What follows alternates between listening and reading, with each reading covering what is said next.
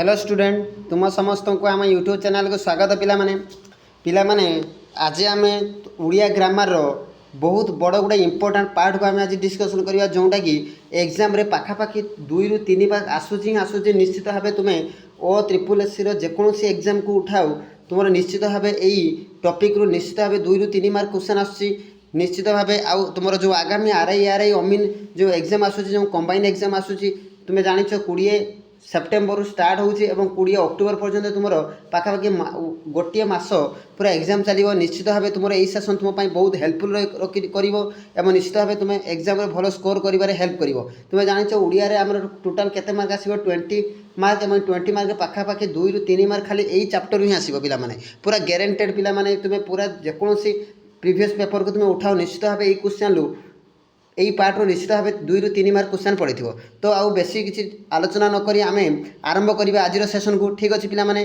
देख पे आज सेसन आम आरंभ करवा रूढ़ी आउ लकबाणी ठीक अच्छे देख पे रूढ़ी कौन आगे जाना रूढ़ी कौन पे रूढ़ी कौन आगे जाना देख रूढ़ी कौन ना कौन शब्द निजस्व अर्थ छाड़ी जदि अन्य शब्द सहित मिसी स्वतंत्र आउ गोटे अर्थ प्रकाश करे तेज आम कौन कहवा रूढ़ी कहवा तो से रूढ़ी कौन कहला ना कौन गोटे शब्द निजस्व अर्थ छाड़ीदेव तार अर्थ छाड़ी जदि आउ गोटे कौन शब्द सहित मिसीज एवं आउ कुछ नुआ जो अर्थ प्रकाश करे तेज कौन कहवा रूढ़ी कहवा ठीक अच्छे पे तुम्हें जान रूढ़ी को 3 भाग में विभक्त कराए गोटे हूँ किए क्रिया थिबा रूढ़ी अर्थात क्रिया जदि शब्द रे क्रिया थाए तेबे क्रिया युक्त रूढ़ी जदि शब्द रे क्रिया न थाए तेबे क्रियाहीन रूढ़ी आउ रहा आमर कौन ना मुख निश्रुत बाणी जेड़ा कहवा ताको कौन कहवा लकबाणी तो मन जानिछ रूढ़ीर प्रयोग अनुसार वाक्य रे 3 भाग में विभक्त करा जाय गोटे है कौन मुझे कहनी है ना क्रियाहीन रूढ़ी जो पद संगति जदि क्रिया थाए तेबे ताकू क्रिया युक्त रूढ़ी कहवा द्वितीय एवं क्रिया जदि न थाए ताको क्रियाहीन कहवा एवं से कहूँ तुलनात्मक रूढ़ी है कौन कहवा ना पद संगति उपमावाचक शब्द व्यवहार देखा जाए एवं आउ गोटे है लोकबाणी एता तुलनात्मक रूढ़ी व लोकबाणी से पाखापाखि आम कौन कहवा ना आम प्रख्यात्मक रूप से सामान हो थाए तो बर्तमान आम आज आलोचना करवा प्रथमे केवल क्रियाहीन रूढ़ी विषय क्या विषय डिस्कसन करवा केवल क्रियाहीन रूढ़ी विषय देन आउ गोटे सेसन आम ये पार्ट 1 तुम केवल क्रियाहीन रूढ़ी विषय डिस्कसन करवा देन पार्ट 2 रे क्रिया युक्त रूढ़ी और कौन तुलनात्मक रूढ़ी विषय डिस्कसन करवा तो क्रियाहीन रूढ़ी रे कौन कही प्रथम देख पे से कही देख पे क्रियाहीन माने कौन सी क्रिया नथिबो सो मन रखिबो अंधर लहुड़ी कौन हम असहायर सहाय देन आसे अंध बुझामणा अन्याय विचार देन आसे अरण्य रोदन निष्फल प्रार्थना बा ताको कह जाए वृथा प्रार्थना देन आसे कौन अहीनकूल संपर्क घर शत्रुता मन रखिबो अहीनकूल संपर्क जेटा आम कौन कहवा घर शत्रुता देन आसे अलणा कथा मूल्यहीन कथा देन आसे अकल गुड़ुम वृद्धि बणा हेबा देन आसवा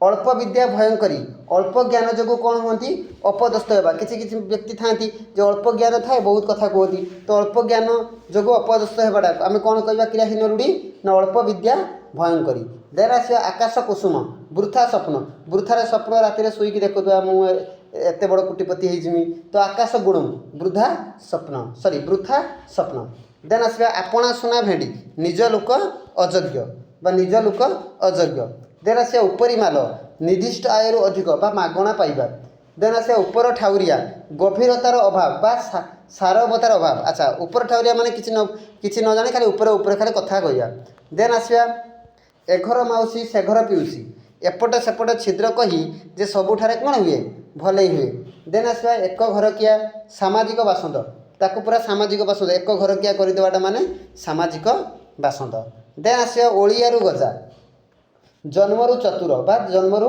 सियाणिया कर छड़ा दायित्व कौन सी न नेबा कर छड़ा काठिकर पाठ बहुत कष्ट साध्य पिला माने मन रख काठिकर पाठ बहुत कष्ट साध्य ठीक अच्छे देन से कुहा मुंडा कपिला बहु अबांतर कथा कहवा देन से कपाल लिखन भाग्यर फल जहाँ भाग्य थी से आम कौन कहवा कपाल लिखन देन आसवा कुंभीर कांदुना देखी जब जड़े जड़े पिला किसी हो कुंभीर रोग खाली कादुवे करुवे तार ऊपर उठाउरिया सहानुभूति बा छलना करिया जरा ठीक अच्छे देन आसवा कूपमंडूक संकुचित परिवेश में बढ़ी खत गदारे पद्म प्रतिकूल परिस्थिति प्रतिभा स्मरण गोटे चाउल गढ़ा अति सुंदर गोटे चाउल गढ़ा पिला मन रखा अति सुंदर ଗୋଠ ଖଣ୍ଡିଆ ଅସାମାଜିକ ବ୍ୟକ୍ତି ବା ଗୋଠରୁ ଅଲଗା ହେବା।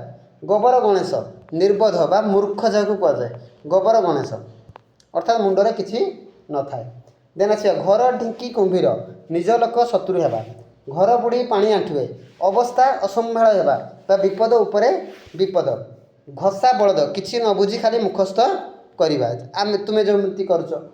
ଦେନ୍ ଆସିବା ଛୁଞ୍ଚି ମାଛି ପରୀକ୍ଷା ତନଦନ କରି ଦେଖିବା। ଛକା ପଞ୍ଝା ଉଭୟ ପକ୍ଷର ସତର୍କତା ଭାବ ଆପଣେଇବା। ଦେନ୍ ଏଇଟା ଇମ୍ପୋର୍ଟାଣ୍ଟ ରହିବ ପିଲାମାନେ ଜପା ମାଳି ଅତି ପ୍ରିୟ ଜୀବନ ମୂର୍ଚ୍ଛା ଆପ୍ରାଣ ଉଦ୍ୟମ କରି ପଳାଇ ଯିବା ଯେଉଁଟା। ଦେନ୍ ଜକ ମୁହଁରେ ଲୁଣ ଗର୍ବ ଭାଙ୍ଗିବା ପିଲାମାନେ ଗର୍ବ ଭାଙ୍ଗିବା ବା ଯେଉଁଟା କହିବା ଅହଙ୍କାର ଭାଙ୍ଗିବା। ଠିକ୍ ଅଛି। ଦେନ୍ ଆସିବା ଝାଳ ବୁହା ଧନ କଷ୍ଟ ଅର୍ଜିତ ପ୍ରାପ୍ୟ ଯେଉଁଟା। ଝିମିଟି ଖେଳରୁ ମହାଭାରତ ସାମାନ୍ୟ ଘଟଣାକୁ କିଛି ନଥିବ ତାକୁ ବିରାଟ ବଡ଼ ସୃଷ୍ଟି କରି ତାକୁ କ'ଣ କରିବା ଝଗଡ଼ା କରିବା ସେଟା କ'ଣ କରିବା ନା ଝିମିଟି ଖେଳରୁ ମହାଭାରତ। ଦେନ୍ ଆସିବା ଡେଙ୍ଗା ମୁଣ୍ଡରେ ଠେଙ୍ଗା ସମସ୍ତଙ୍କ ଦୃଷ୍ଟିରେ ଥିବା ବ୍ୟକ୍ତି ଉପରେ ବିପଦର ମାତ୍ରା ଅଧିକ ଥାଏ। ଦେନ୍ ଆସିବା ଢଲ ଭିତରେ ମୂଷା ଶତ୍ରୁ ଗୁପ୍ତରେ ଘରେ ଲୁଚି ରହିବା ମାନେ ଘରେ ଶତ୍ରୁ ଥିବା ଆମେ ଜାଣିପାରିବା ନାହିଁ ସେଟା କ'ଣ ନା ଢଲ ଭିତରେ ମୂଷା। ଦେନ୍ ଆସିବା ତେଲିଆ ମୁଣ୍ଡରେ ତେଲ ଥିଲା ବାଲାରୁ ଅଧିକ ସାହାଯ୍ୟ ମାନେ ଯାହାର ଅଛି ତାକୁ ଆହୁରି ବେଶୀ ସାହାଯ୍ୟ କରିବାଟାକୁ କ'ଣ କୁହାଯାଏ ତେଲିଆ ମୁଣ୍ଡରେ ତେଲ। ଦେହ ଲଗା ଅତି ବିଶ୍ୱାସୀ ଏଇଟା ମନେ ରଖିବ ପିଲାମାନେ ଇଏ ମଧ୍ୟ ଇମ୍ପୋର୍ଟାଣ୍ଟ ପରୀକ୍ଷାରେ ଆସେ। ଦେହ ଲଗା ଅତି ବିଶ୍ୱାସୀ। ନଈ ନ ଦକ୍ଷିଣୁ ନଙ୍ଗଳା କ'ଣ ହେବ ବିପଦ ନ ଆସୁଣୁ ଛାନିଆ ହେବା। ନଛଡ଼ ବନ୍ଧା ଏକଜିଦିଆ ଇଏ ମଧ୍ୟ ପିଲାମାନେ ମନେ ରଖିବ ନଛଡ଼ ବନ୍ଧା କିଛି ତ ଶୁଣିବନି ଆଉ ଏକଜିଦିଆ। ଦେନ୍ ଆସିବା ନାଟର ଗୋବର୍ଦ୍ଧନ ଅନର୍ଥର ମୂଳ ଫାଙ୍କା ଆବାଜ ବୃଥା ଧମକ ଜଡ଼ା ଦେବା ବୃଥା ଧମକ। ଦେନ୍ ଆସିବା ପିଲାମାନେ କଟା କପାଳ ଫଟା କପାଳ ମନ୍ଦ ଭାଗ୍ୟ ବଣ ମିଛୁଆତି ଅତି ଦୁଷ୍ଟ ବା ଯେଉଁଟା କହିବା ମୂଳରୁ ଦୁଷ୍ଟ। ଦେନ୍ ଆସିବା ବାକୁ ବତା ଇଏ ଇମ୍ପୋର୍ଟାଣ୍ଟ ରହିବ। ବାଁକୁ ବତା କ'ଣ ପିଲାମାନେ ନା କ୍ଷଣ ଆଶ୍ରୟ। ଦେନ୍ ଆସିବା ବାପରାଣ ଢିଙ୍କି ଗିଳ୍ ବାଧ୍ୟ କରିକି କାମ କରାଇବା। ବାହାଘର ବେଳେ ବାଇଗଣ ରୁଆ କିଛି ଆଗରୁ ପ୍ରସ୍ତୁତି ନ ହୋଇ ଶେଷ ମୁହୂର୍ତ୍ତରେ କ'ଣ କରିବା କାର୍ଯ୍ୟ ଆରମ୍ଭ କରିବା। ବାଘ ଘରେ ମିରିକି ନାଟ ମୁରବୀ ଅନୁପସ୍ଥିତିରେ ବିଶୃଙ୍ଖଳା ସୃଷ୍ଟି କରିବା। ଠିକ୍ ଅଛି ପିଲାମାନେ। ବିରାଡ଼ି ବୈଷ୍ଣବ ବା ବକ ଧାର୍ମିକ ଠକ କିଛି କାମ ନ କରି ଠକେଇବା ଯେଉଁଟା। ଦେନ୍ ଆସିବା ବୋଝ ଉପରେ ନଳିତା ବିଡ଼ା ଦୁଃଖ ଉପରେ ଦୁଃଖ। ଦେନ୍ ଆସିବା ରାଣ୍ଡି ପୁଅ ଅନନ୍ତା ବା ଯେଉଁଟା କୁହାଯାଏ ଲଙ୍ଗଳା କଟୁରୀ ବା ଚାରି ଦୌଡ଼ି କଟା କ'ଣ କହିବା ନା ଶାସନ ବାହାରେ ମାନେ ତାକୁ କୌଣସି ବି ଅନାୟତ୍ତ ମାନେ ଆୟତ୍ତ କରି ନ ହେବା। ଦେନ୍ ଆସିବା ହାତ ବାରିଶି ଯାହା ସାହାଯ୍ୟରେ କାର୍ଯ୍ୟ ହାସଲ ହୁଏ ପିଲାମାନେ। ହୁଙ୍କା ପିଟା କିଛି ନ ବୁଝି ହଠାତ୍ କାମରେ ଲାଗିଯିବା। ତ ଇଏ ଥିଲା ପିଲାମାନେ କ୍ରିୟା ହୀନ ରୂଢ଼ିର ଯେତେ ବି କ୍ୱେଶ୍ଚନ୍ ତୁମର ଏକ୍ଜାମ୍ରେ ଆସିବା ପ୍ରୋବାବିଲିଟି ତାକୁ ମୁଁ ଡିସ୍କସନ୍ କରିଦେଲି। ନେକ୍ସଟ ପାର୍ଟରେ ଆମେ ପଢ଼ିବା କ୍ରିୟା ଯୁକ୍ତ ରୂଢ଼ି ଏବଂ କ'ଣ ପଢ଼ିବା ତୁମର ତୁଳନାତ୍ମକ ରୂଢ଼ି। ଠିକ୍ ଅଛି ପିଲାମାନେ। ଯଦି ସେସନ୍ଟି ଭଲ ଲାଗୁଥାଏ ଲାଇକ୍ କର ସେୟାର କର ସବସ୍କ୍ରାଇବ୍ କର। ଠିକ୍ ଅଛି ପିଲାମାନେ।